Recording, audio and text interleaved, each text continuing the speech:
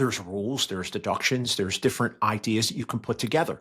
Now, what the tax people do is, in our case, what we're doing is we're playing with the other parts of the tax, right? We're looking at deductions, we're looking at entities, we're looking at optimization, we're looking at opportunities to improve your cash flow. All that interplay is going on. Well, guess what?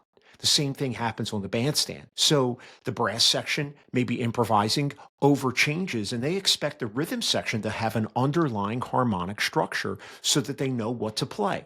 Again, not getting into the weeds. What scales are they using, and so on and so forth. The problem with a lot of people is that they just work on one scale, for example, or they just work on one tax strategy and one time during the year in April. If you understand a little bit about music, you'll hear the same harmonic changes or the same structure. The song plays over and over again, sometimes 8, 10, 12. In your world as an audience, maybe 14, 15, 16 minutes. And then what'll happen is that each musician takes a chance to improvise, whether it's the bass player, the drummer, whether it's the sax player, whether it's the guitarist, the vibraphone, etc.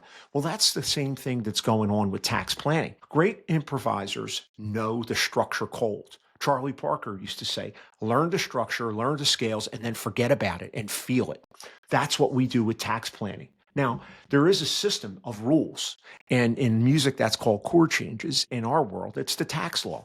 So what are the changes that business owners should be responding to? Musicians are responding to, particularly jazz musicians, are responding to other musicians still within the same framework, within the same ecosystem, within the same underlying rules. Well, what we look at as business owners are market conditions. We take a look at income changes. Is your sales or are your sales running higher or lower? What's your profit like? What's your deductions like? Do you have the same legislation in play?